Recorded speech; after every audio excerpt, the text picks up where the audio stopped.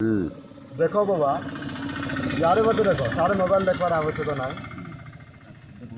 जीशु ख्रीस्ट विषय आज कहीं जाने ना फट की कहते कौन ख्रीस्टियान धर्म ने गाई मांस खाऊ बोल गाई मांस ना बाबा एक्चुअली आम समस्ते हूँ कौन पापी मनीष मोर बाबा बेस कर आम समस्ते पापी मनीष आज देख सब किसी पाइपर गोटे जिन कह आम पाप किए क्षमा कर आज तुम खुद पाइल न तुम्हें देख छुआरू केते दिन जानी तुम केते पर्वपर्वाणी पालन करके आईज केते शास्त्र पढ़ीज बउआ कि पापर मुक्ति पाइल लेखा है पाइल न ना कि पाइज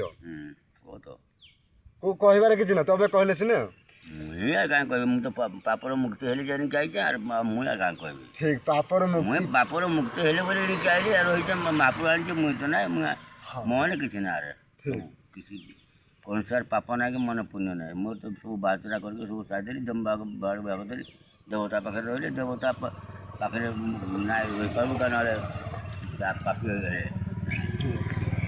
पापी देवता पाखे ना आई रही पाबु बोलो राइट गोटे जिनस एवं मैं कहूँ जहाँकि मैं बाइबल पढ़ी तुम अनेक शास्त्र पढ़ी गीता भागवत विभिन्न प्रकार पढ़ी बाइबल के पढ़ी ना तुम कि जीशु ख्रीस्ट जगत को आसी जानल ना आज जीशु ख्रीस्ट न आसी आज देख ख्रीस्टियान लोक बोल जीशु को विश्वास कर आम ख्रीस्टियान बोल कि कहूँ जीशु ख्रीस्ट जगत कौन पाए आज कहीं जानी ना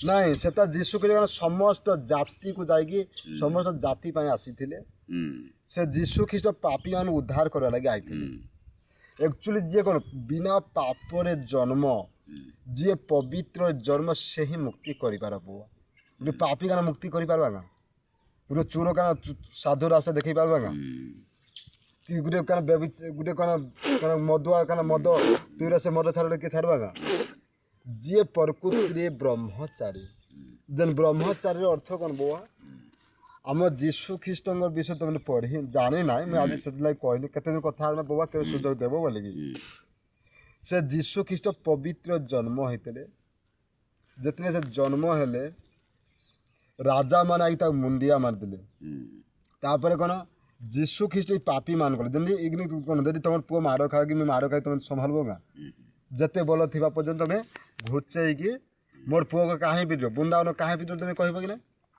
से भाया जीशु के सारा मानव जाति आसी जीशु ख्रीस्ट कहते गोटे मन परिवर्तन जानी बुआ जे आम कौन हिंसा अच्छी कुत्रुम अच्छी अन्याय अच्छी बेविचार अच्छी जान ना ये जिनस ठार दूरे रुह बोले पृथक रुह अलगा रुह सेपरेट जान ना आम कौन सेता आज से सबू जगह चल आज निजर परिवार देख निजर गाँव देख सबू जगह चली एवं आम के कथा ही जाऊँ कि पर्सनाल लाइफ के व्यक्तिगत कि नहीं बुआ एक्चुअली जी पवित्र जन्म शेष ने बुआ मुक्ति देवार किए दे पार्बी कि जन एक ब्रह्म जन एक ब्रह्मचारी जार ब्रह्म के मारा न होता कि नहीं बुआ आउ जन कौन बाहर नाई है तार ब्रह्म मारा हो ना हो जन बाहर गला संसार पुओ को छाड़ी आला से मुक्ति पाइल ना बुआ जो परमेश्वर जीशु ख्रीस्ट आसी शुण मैं गोटे बुझ शुण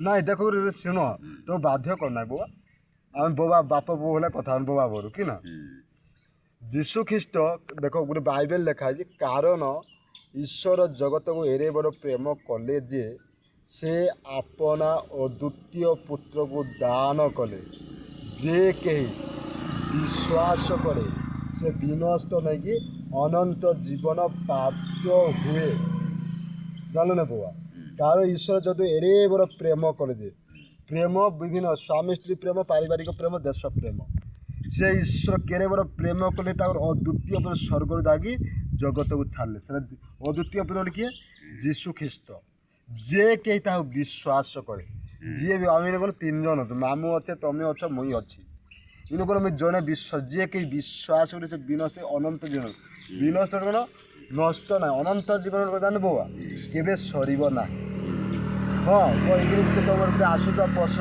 ବାବା ଆମେ ମର୍ମା ନାହିଁ କି ବୋଲି ତମେ ବି କହିପାର। ମରିଗଲେ ସରିଗଲେ ବୋଲି ଭାବନା।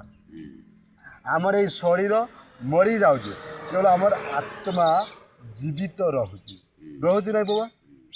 ସେ ଆତ୍ମା ଜୀବିତ ଯେତେବେଳେ ଆମେ ତମେ ବାବା ବୋଲି ଡାକ, ତମେ ହଁ ବୃନ୍ଦାବନ ବାବୁ କି ପୁଅ ବୋଲି ଡାକ କହିଲ କି ନା।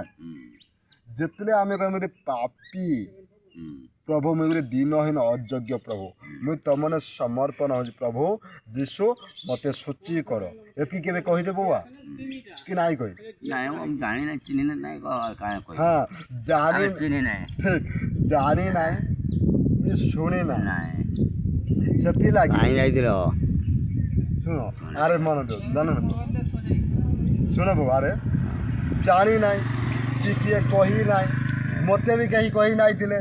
ମୁଁ ଯେତେବେଳେ ବାହାରକୁ ଗଲି କାମ କରି ଏମିତି ସାଙ୍ଗସାଥି ହେଲି, ଯୀଶୁଙ୍କର ବିଷୟରେ ମୁଁ ଜାଣିଲି। ଜାଣିଲ ନା ଯେ ବାକ୍ୟରେ ଲେଖା ଅଛି ବାଇବେଲରେ ଯେ ଯାଅ ସମସ୍ତ ମାନବ ଜାତିକୁ ସୁସମାଚାର ପ୍ରଚାର କର। କେବେ ଏତିକି ଶୁଣିଥିଲ? କିଏ କହିଥିଲା? ଆଜି ତମେ ବିଭିନ୍ନ ଜାଗା ବୁଲିଛ ଓଡ଼ିଶାରେ, କିନ୍ତୁ ଯୀଶୁଙ୍କର ବିଷୟରେ କେବେ ଶୁଣିଛ ନା? ସେ ଯୀଶୁ ଖ୍ରୀଷ୍ଟ ମୋ ଲାଗି ତମ ଲାଗି ଜଗତ ପାଇଁ ସେ ବଲି ହେଲେ ଗୋଟେ କୁଶରେ। ସେ ଯେତେବେଳେ ବଲି ହେଲେ ବାବା, ତାର ରକ୍ତ ଯେତେବେଳେ ପଡ଼ିଲା, ସେ ରକ୍ତରେ ଆଜି ପ୍ରତ୍ୟେକ ଲୋକ ଉଦ୍ଧାର ପାଇଲେ। ଜାଣିଲ ନା ଆଜି ଯୀଶୁଙ୍କ ନାମରେ ଗୋଟେ ବେମାରୀ ସୁସ୍ଥ ହେଲେ ହେଉଛି, ଯୀଶୁଙ୍କ ନାମରେ ଗୋଟେ ଜନ ରୋଗୀ ସୁସ୍ଥ ହେଲେ ହେଉଛି, ଯୀଶୁ ନାମରେ ଗୋଟେ ଭୂତ ପଳା ବୋଲି ପଳାଉଛି ବାବା। ଜାଣିଲ ନା ସେଥିପାଇଁ ପ୍ରଭୁ ଯୀଶୁ ଖ୍ରୀଷ୍ଟ ମୋତେ କହିଲେ ଯା ତମର ଏରିଆରେ ତୋର ଆଖପାଖ ପଡ଼ିଶାରୁ ସମସ୍ତଙ୍କୁ ପ୍ରଚାର କରେ। ସେ ଏବେ ବାବା ଯୀଶୁ ଖ୍ରୀଷ୍ଟ ସ୍ୱର୍ଗରେ ଅଛନ୍ତି।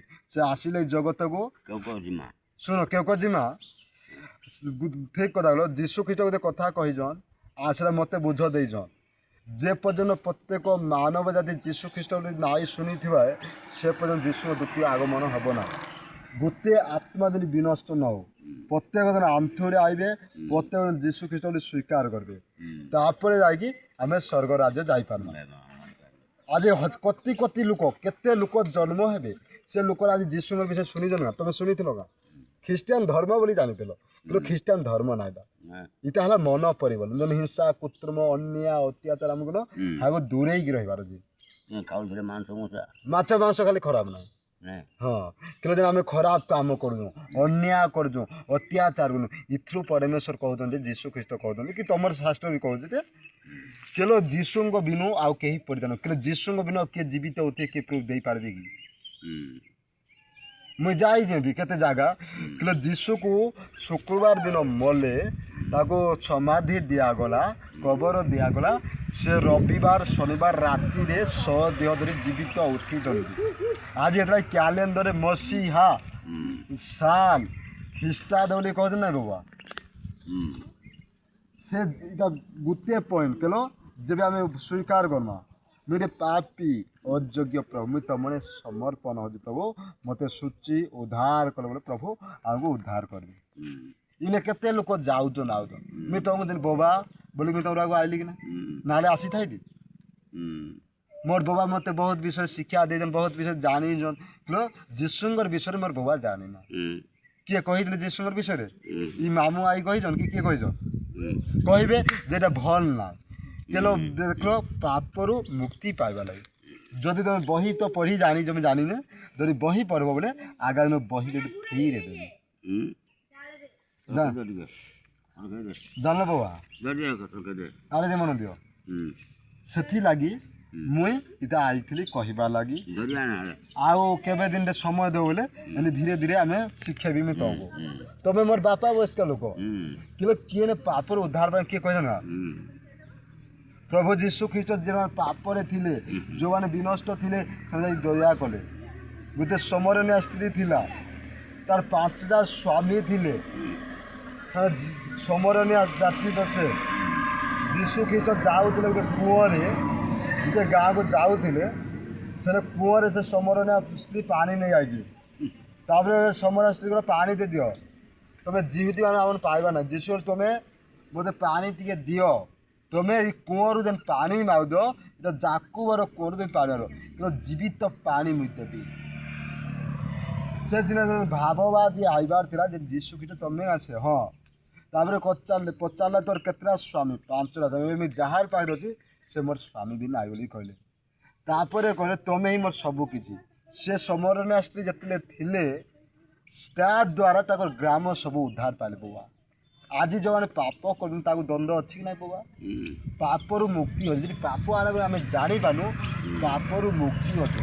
ସେ ଯୀଶୁ ଖ୍ରୀଷ୍ଟ ମୋ ଲାଗି ତମ ଲାଗି ଆସିଲେ, କ୍ଷତ ବିକ୍ଷତ ହେଲେ, ପହରା ଛାତ ଖାଇଲେ, ତାଙ୍କ ରକ୍ତ ଯେତେବେଳେ ପଡ଼ିଲା ସେ ରକ୍ତ ଆମେ ଯେତେବେଳେ ରକ୍ତକୁ ବିଶ୍ୱାସ କରୁ ପାପରୁ ଉଦ୍ଧାର ପାଉଛୁ, ମୁକ୍ତି ପାଉଛୁ। ମୁଇଁ ଯଦି ଆଜି ଉଦ୍ଧାର ପାଇଛେ ସେଥିରେ ମୋର ବାବା କି ମୋର ଗାଁ ଲୋକ ପଡ଼ୋଶୀ ଲୋକ କେମିତି ଉଦ୍ଧାର ଭାଇ ଧାନ ମା କେତେ ଲେଖା ଭାଇ ଆଗ ରହିଥ ମୁଁ ହାରିଦି କଥା ନା ପଛେ କଥା ଜାଣିଲ ଜାଣିଲ ବାବା। ଯଦି ମୁଇଁ ଆଜି ଉଦ୍ଧାର ପାଇନେ ମୁଇଁ ମୋର ଗୁପ୍ତ ରଖରେ ଚାହୁଁନା। ଆଜି ମୁଇଁ କାରଣ ବିନା ମୂଲ୍ୟରେ ଦାନ କରି ବିନା ମୂଲ୍ୟରେ ସେ ଯୀଶୁଙ୍କର ବାଣୀ ମୁଇଁ କହୁଛି ଯୀଶୁ ଖ୍ରୀଷ୍ଟଙ୍କ ବିଷୟରେ। ବୁଝିଲ କେମିତି ଲାଗଲା ଟିକେ? ଭଲ ମାଗଣା କଥା କହୁଛ କାହିଁଟା? ଆଉ କେବେ ଦିନେ ମିଶିମା?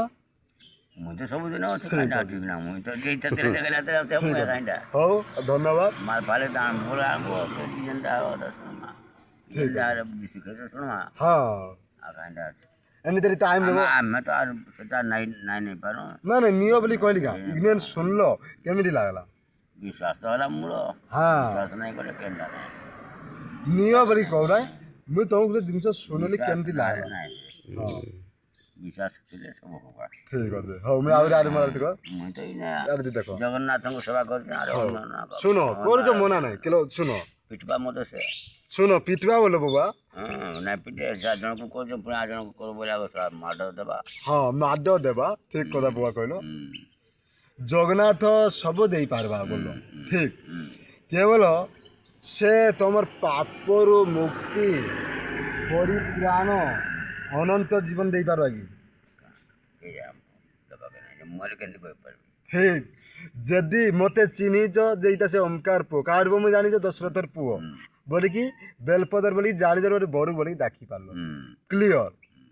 ଯଦି ଆମେ ଜଣକୁ ପୂଜା କରୁଛୁ ଯଦି ଆମେ ପରଫେକ୍ଟ କ୍ଲିଅର ନାଇଁ ହେମା ଲାଭ କାଣା ବୋବା?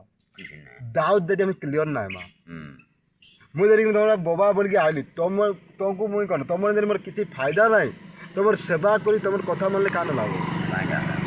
ତେଣୁ ଆକାଶ ତଳେ ଏକମାତ୍ର ନାମ ଦିଆଯାଇଛି ଯୀଶୁ ଖ୍ରୀଷ୍ଟ। ଆଜି ଦେଖ ଗାଁ କେତେ ଲୋକମାନଙ୍କ ନାଁ କାଣା ଜଗନ୍ନାଥ ହେଇଥିବା କାଣା ଶ୍ରୀକୃଷ୍ଣ ବଳଭଦ୍ର ସବୁ ତେଣୁ ଏକମାତ୍ର ନାମ ଯୀଶୁ ଖ୍ରୀଷ୍ଟ। ଶୁଣିଛ କେ ନା ଆଉ ନାଇଁ ଶୁଣି ସେ ଯୀଶୁ ଖ୍ରୀଷ୍ଟ ହିଁ ପରିତ୍ରାଣ ଦେଇପାରେ। ସେ ହିଁ ପାପରୁ ମୁକ୍ତି କରିପାରେ। ତାଙ୍କ ବି ନୁବା ଆଉ କେହି କରିପାରିବେ ନାହିଁ ଜାଣିଲୁ ନା? ଠିକ୍ ଖୁସି ଲାଗିଲା। ହଉ ଆର ବି ଦେଖ ଆମ 23 ଶ୍ଲୋକ ଧନ୍ୟବାଦ। ଦେଖ ଏମିତି ମୁଁ ଯେହେତୁ ସୁସମାଚାର ଦେଉଛି ସେଥିପାଇଁ ସମସ୍ତେ ମୋ ଲାଗି ବି ପ୍ରାର୍ଥନା କରନ୍ତୁ। ଆମର ଏଇଟା ହେଉଛି ଖଣ୍ଡତା ଗ୍ରାମରେ ଗୋଟେ ମୋର ବଡ଼ ବାପାକୁ ସୁସମାଚାର ଦେଲି ଯେମିତି ପ୍ରାର୍ଥନା କରନ୍ତୁ ଆଗାମୀ ଦିନ ସେମାନେ ଯେମିତି ପରମେଶ୍ୱରଙ୍କ ପରିଚୟ ବହୁତ ସୁନ୍ଦର ଭାବରେ ଜାଣିବେ। ସେମାନେ ନିଜେ କହିଲେ ଯେ ମୁଁ ଯୀଶୁଙ୍କର ବିଷୟରେ ଶୁଣିନଥିଲି। ଆଜି ଗୋଟେ ସୁନ୍ଦର ସମୟ ମିଳିବା ଦ୍ୱାରା ମୁଇଁ ବଡ଼ ବାପା ସହିତ ବସିକି ସୁସମାଚାର ପଦେ କହିଲି ପ୍ରାର୍ଥନା କରନ୍ତୁ ଅନ୍ୟମାନଙ୍କର ବି ସେୟାର କରନ୍ତୁ। ପ୍ରେଜ୍ ଦ ଲର୍ଡ। ନମସ୍କାର।